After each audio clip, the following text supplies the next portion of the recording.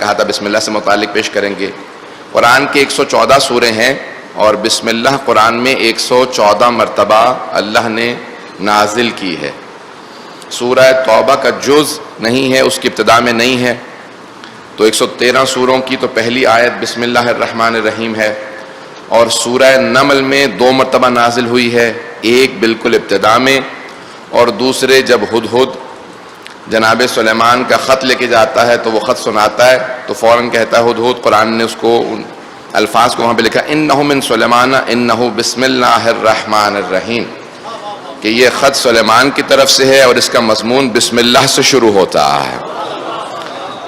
تو بسم اللہ نئی آیت نہیں ہے، یعنی صرف قرآن سے مخصوص نہیں ہے، گزشتہ انبیاء کو بھی اللہ نے بسم اللہ عطا کی تھی، لیکن اللہ کو اتنی پسند ہے یہ آیت کہ اللہ نے قرآن میں نہ صرف یہ کہ نازل کی بلکہ پہلی آیت بنائی، اور نہ صرف یہ کہ پہلی آیت بنائی بلکہ 114 مرتبہ قرآن میں رکھا۔ تو اس آیت کی خاص اہمیت ہے، بہت زیادہ اہمیت ہے۔ اب یہ قرآن میں آیات فَبِأَيِّ آلَاءِ رَبِّكُمَا تُكَذِّبَانِ سورہ رحمان میں اللہ نے آیت کو دہرایا ہے، اور بہت سی آیات ہیں جن کو آیات کو اللہ نے دہرایا ہے۔ دہرانا بعض اوقات علم کی کمی کی علامت مانا جاتا ہے، تو اللہ نے کیوں دہرایا؟ دہرانے کی وجہ کیا تھی؟ وہ علیم و خبیر ہے، وہ سب کو علم عطا کرنے والا ہے، اس کے ہاں علم کی کمی نہیں ہے، وہاں تصور ہی نہیں کہ علم کم ہو، تو پھر دہرایا کیوں؟ تو اب امام معصوم نے فرمایا ہے کہ لفظ انسان 2 اس کی وجہ لکھی گئی ہیں، انس سے بھی ہے، نسیان سے بھی ہے۔ انس یعنی انسان محبت پسند کرتا ہے، ہر انسان محبت کا بھوکا ہوتا ہے، چاہتا ہے دوسروں کے ساتھ رہے، تنہائی پسند نہیں ہوتا، تو اس لیے انس سے ہے۔ اور دوسری جگہ پہ ہے کہ نسیان سے ہے، نسیان یعنی بھول جانا، جو بھولتا زیادہ ہو اسے تذکر کی زیادہ ضرورت ہوتی ہے۔ عربی میں تذکر کہا جاتا ہے، یعنی دہرانے کی، بار بار یاد دہانی کی ضرورت ہوتی ہے، تذکر کہتے ہیں یاد دہانی کو۔ تو اللہ نے آیات کو دہرایا نہیں ہے بلکہ یاد دہانی کرائی ہے۔ جس طرح سے والدین بعض اوقات ایک پیغام کہہ چکے ہوتے ہیں دیر سے مت آنا، پھر بچہ دیر سے آتا پھر دہرا دیتے ہیں، پھر دہرا دیتے ہیں، یہ کم علمی کی علامت نہیں ہے بلکہ محبت میں پیغام کی اہمیت کو سمجھانا بہت ضروری ہوتا۔ تو اللہ نے انسان کو تذکر دیا، دہرایا، یاد دہانی کرائی کہ یہ پیغام خاص اہمیت کا حامل ہے، اسے بار بار پڑھنے کے بعد اپنے آپ کو یاد دہانی کراتے رہنا کہ یہ پیغام بہت زیادہ اہمیت کا حامل ہے۔ سننا پسند فرمائیں گے؟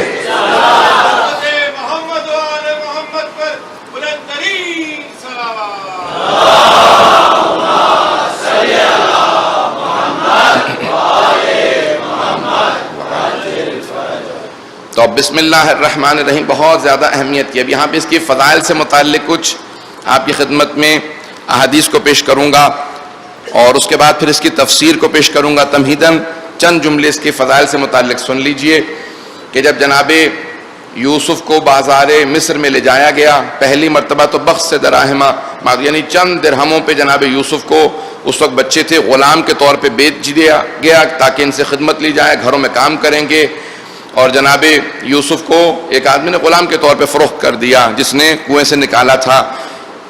اب جب دوبارہ اعلان کیا گیا کہ کائنات کا جو سب سے خوبصورت بچہ ہے اسے دوبارہ فروخت کیا جائے گا، تو بہت بڑے بڑے بادشاہ، بہت بڑے بڑے رؤساء، اس زمانے کے لوگ جمع ہونے لگے، اور بہت سے لوگ کہتے تھے، جیسے عزیز مصر نے کہا کہ میرے اولاد نہیں ہے، جب اتنا خوبصورت بچہ ہوگا میں اسے اپنا بیٹا بنا لوں گا، اپنا وارث قرار دوں گا۔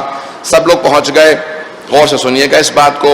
وہاں پہ ایک بہت بوڑھی لاچار خاتون جو فقیر تھی وہ بھی پہنچ گئی، پوچھا کیا بات ہے، اس بچے کے لیے آپ کیوں آئی ہیں؟ بادشاہوں نے فیصلہ کیا ہے کہ یوسف کے لیے بولی لگائیں گے، اتنا اتنا سونا لے کے آئے ہیں، اتنے جواہرات لے کے آئے ہیں، آپ کی تو باری نہیں آئے گی، آپ کیا لے کے آئی ہیں؟ کہا کہ میرے پاس کچھ دھاگا ہے یا کچھ اون کا گولا ہے، بس اسی کو یوسف کی خریداروں کے لیے میں چاہتی ہوں کہ میرا بھی نام لکھا جائے۔ تو کہا کہ جب آپ نہیں خرید سکتی تو آپ آئی کیوں ہیں؟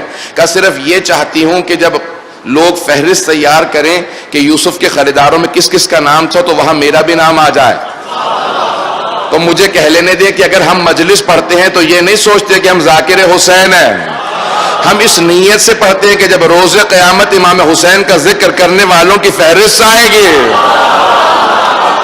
تو ہم کہیں گے کہ اس فہرست میں ہمارا بھی نام تھا۔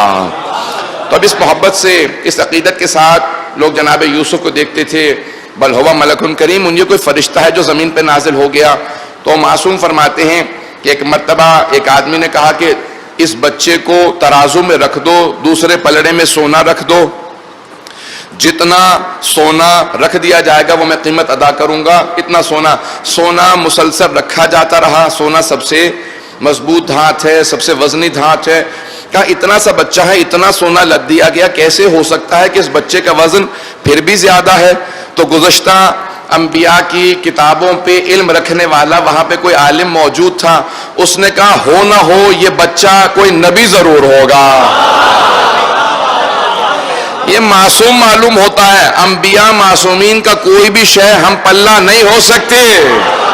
جتنا سونا رکھ دیا جائے، جواہرات رکھ دیے جائیں، اس کا ہم پلہ نہیں بن سکتی۔ یہ کوئی معصوم ہے، کوئی نبی ہے۔ عزیزان گرامی، اگر ایک چھوٹے نبی کا ہم پلہ اتنا سونا نہیں بن سکتا تو آخری نبی یا ان کے کسی وصی کا ہم پلہ کوئی اور کیسے بن سکتا؟ اب ایک مرتبہ اس نے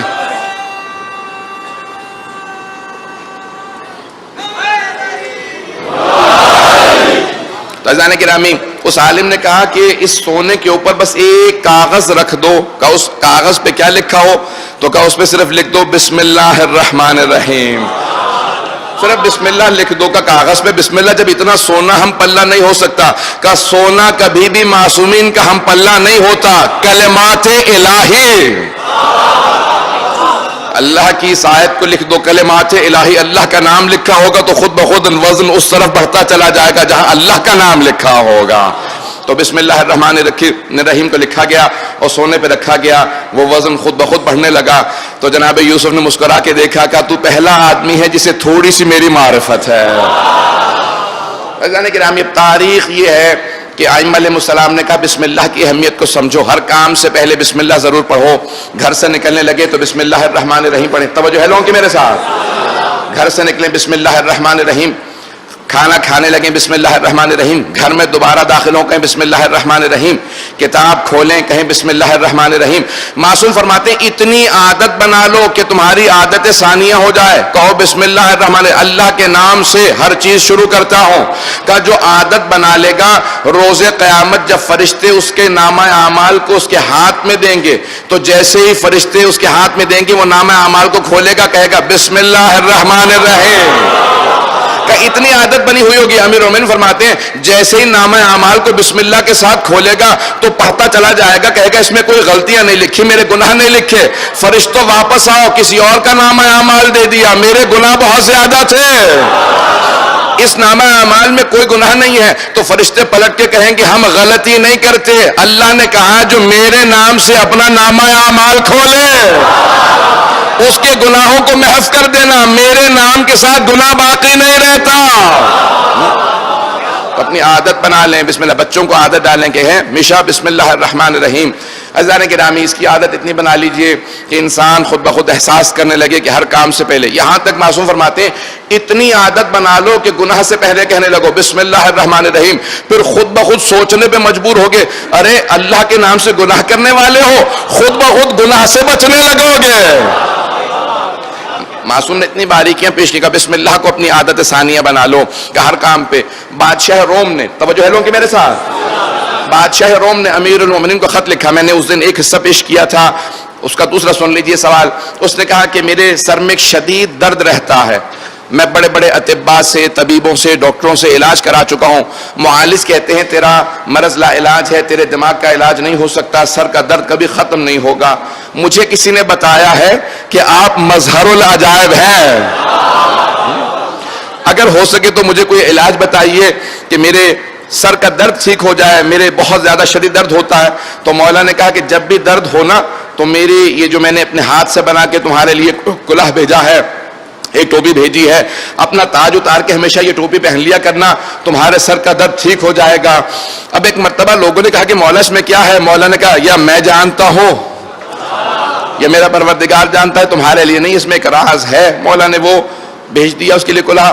تو بادشاہ کہتا تھا جب بھی شدید درد ہوتا تھا, میگرین کہتے ہیں آج کی زبان میں, تو کہا میں فوراً تاج اتار کے پہنتا, فوراً ٹھیک ہو جاتا. کئی مہینے گزر گئے, 1-2 برس گزر گئے.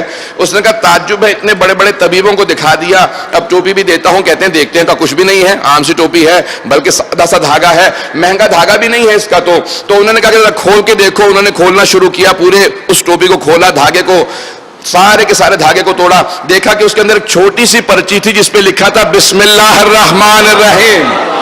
تو کہا کہ کیسے ہو سکتا ہے اس آیت سے؟ مولا نے کہا اگر تمہیں معرفت ہوتی تو یہ ساری بیماریوں کا علاج اس بسم اللہ سے نکال لیتے. اور عزیزان گرامی مجھے ایک اور جملہ کہہ لینے دے کہ بسم اللہ میں سارے علاج ہیں اگر ہمیں احساس ہو, اور خصوصاً اگر بائیں بسم اللہ کا نقطہ بسم اللہ لکھ کے دے دے تو ہر مرض کا علاج ہو جاتا ہے. آج بسم اللہ موجود ہے لیکن علی کا قلم موجود نہیں ہے, وہ زبان امیر المومنین علیہ الصلوۃ والسلام موجود نہیں ہے. پڑھنے والے بہت ہیں. صرف ایک سادہ سا اشارہ کروں گا خاص طور سے نوجوانوں کے لیے. بغداد میں بہت بڑے عالم تھے, درس دے رہے تھے, تو وہاں پہ ایک چرواہا ان کے درس میں بیٹھا ہوا تھا. تو وہ پڑھ رہے تھے کہ ہمارے پاس بسم اللہ جیسی آیت موجود ہے, آپ لوگ اگر چاہیں تو بسم اللہ پڑھ کے دریا کو پار کر سکتے ہیں, ڈوبیں گے نہیں. تو اس چرواہے کے پاس بہت سی بکریاں تھیں, بولے بغداد کے اس پار رہا کرتا تھا, سوچتا تھا کہ میں اتنی دور سے آتا ہوں کشتی لے کے, تو آئندہ کشتی کی ضرورت ہی نہیں ہے, بسم اللہ پڑھ کے سفر کر لیا کروں گا. اگر توجہ ہو لوگوں کی میرے ساتھ, یہ جو کشتی لیتا ہوں آئندہ مجھے ضرورت ہی نہیں ہے, بسم اللہ پڑھوں گا. اور ایک مرتبہ دریا کے کنارے کھڑا ہوا, کہا بسم اللہ الرحمن الرحیم, پاؤں رکھا, چلتا ہوا فرات کو پار کر کے بغداد سے فوراً کازمین میں داخل ہو گیا. اب کئی دن تک نماز کے لیے اسی طرح سے آتا رہا, اور فوراً اپنے ذہن میں سوچنے لگا کہ جس عالم کی وجہ سے میرا اتنا خرچہ بچ گیا ہے, ایک مرتبہ انہیں گھر پہ دعوت تو کروں,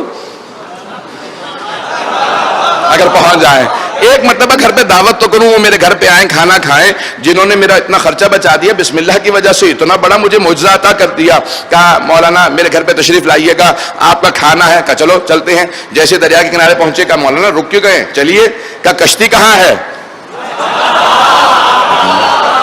کہا کشتی کہاں ہے؟ کہا مولانا آپ کو دعوت میں نے اس لیے دی ہے کہ آپ کی بتائی ہوئی بسم اللہ کی وجہ سے میں دریا کو پار کر لیتا ہوں بغیر کشتی کے, ذرا کر کے دکھاؤ. اس نے بسم اللہ پڑھی اور گزر گیا. کہا مولانا اب آپ کی باری. گھبراتے ہوئے, ہاتھ پاؤں کانپتے ہوئے, ان کا بسم اللہ, پاؤں رکھا اور سیدھے اندر.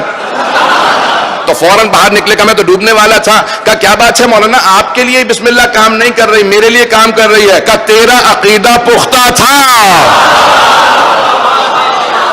تیرا عقیدہ پختہ تھا, تجھے یقین تھا.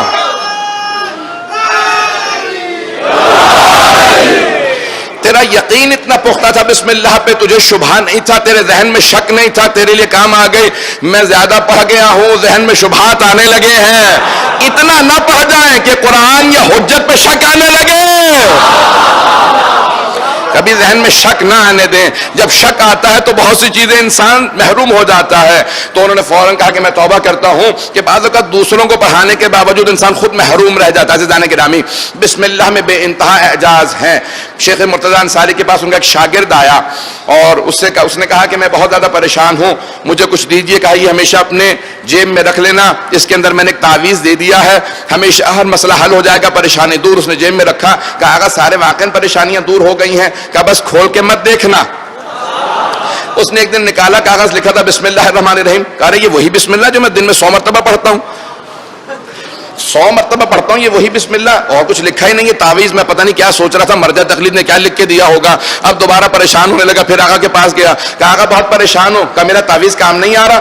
کہا نہیں وہ تو صرف بسم اللہ تھی. کہا اب بالکل بھی کام نہیں آئے گی. جسے حقیر سمجھو وہ کام نہیں آتا, عظمت کے قائل ہوگے.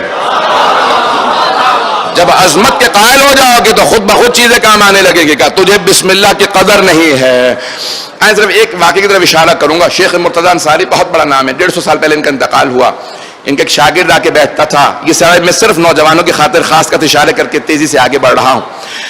جب ان کا شاگرد درس میں آنے لگا, ایران سے آیا تھا, کہ میں بڑی امیدیں لے کے آیا تھا, شیخ مرتضیٰ انصاری سے پڑھوں گا, لیکن جب سے آیا ہوں کچھ سمجھ ہی نہیں آ رہا کیا پڑھا رہے ہیں. تو اس نے اپنے آپ کو جا کے حرم امیر المؤمنین میں باندھ دیا. کہا مولا میں تب تک نہیں اٹھوں گا آپ کے حرم سے, آپ باب مدینۃ العلم ہیں, جب تک آپ کی طرف سے مجھے کوئی اشارہ نہ ملے کہ مجھے شیخ کا درس سمجھ میں آنے لگے گا. ایک دن گزر گیا, لوگ کہنے لگے کہ تمہیں کمزوری محسوس ہو رہی ہے, کب تک نہیں کھاؤ گے, کب تک نہیں پیو گے, اٹھو.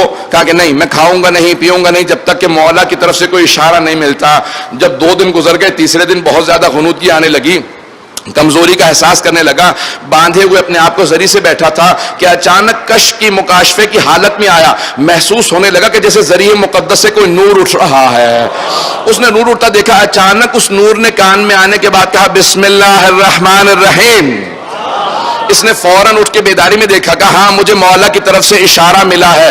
فوراً درس میں آیا. اب نہ صرف یہ کہ درس سمجھ رہا تھا بلکہ درس میں اشکال بھی کر رہا تھا, سوالات بھی کر رہا تھا. سارے شاگردوں نے کہا آقا اب تک تو بالکل گونگا بنا بیٹھا رہتا تھا, اب اتنا زیادہ بولتا ہے کہ سارے ہمارے جو درس کا اس نے بالکل ماحول خراب کر دیا ہے, اب ہم بھی سوچ نہیں پاتے کتنا بولتا ہے, کتنے سوالات کرتا ہے. تو کہا کہ زیادہ پریشان ہونے کی ضرورت نہیں ہے, میں اس کو ایک مرتبہ جانے کے بعد ایک پیغام دے دوں گا, سب کچھ ٹھیک ہو جائے گا. آقا درس سے اٹھے, ممبر سے اترے, کان میں کچھ کہا اور گھر چلے گئے. جب وہ چلے گئے تو یہ کانپ رہا تھا. لوگوں نے پوچھا کیا بات ہے, کہ کچھ بات نہیں ہے. اگلے دن سے ماحول بالکل ٹھیک ہو گیا. ہر روز آتا تھا, بالکل خاموشی سے درس سنتا چلا جاتا, کبھی کبھی خاموشی سے جا کے سوال کر لیتا. تو لوگوں نے, شاگردوں نے پوچھا علماء نے, کون سی ایسی بات کہی ہے شیخ مرتضی انصاری نے کہ تو نے سوالات بند کر دیے؟ کہا کہ شیخ نے میرے کان میں کہا ہے کہ جس نے تیرے کان میں بسم اللہ پڑھی ہے نا, اسی امام نے میرے کان میں فاتحہ پڑھی ہے. کہ اسی امام نے میرے کان میں فاتحہ پڑھی ہے.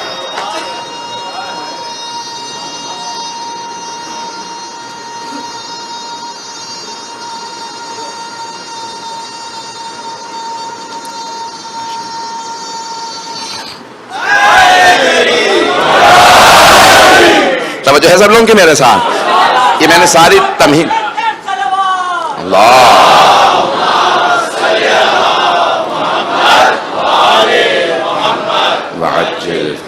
وقت تیزی سے گزر رہا ہے, مجھے تفسیر کو پیش کرنا کہ جتنے واقعات پیش کر رہا ہوں عزیزان گرامی آپ کو بسم اللہ کی فضیلت کا احساس ہو. جب شاگردوں نے کہا نا کہ تمہیں کیوں, کس بات پہ تعجب ہے, اتنا پریشان کیوں ہو, کہا تعجب مجھے اس بات پہ نہیں ہے کہ امیر المؤمنین نے شیخ مرتضی انصاری کے کان میں فاتحہ پڑھی ہے, اس پہ مجھے کوئی تعجب نہیں ہے. جب میں شاگرد ہوں, میرے کان میں بسم اللہ پڑھی ہے, تو وہ تو استاد ہے, فاتحہ پڑھی ہوگی, مجھے اس پہ تعجب نہیں ہے. تعجب مجھے اس بات پہ ہے, یہ واقعہ میں نے کسی کو سنایا نہیں ہے, یہ شیخ کو کیسے پتا کہ مولا نے میرے کان میں کیا پڑھا ہے.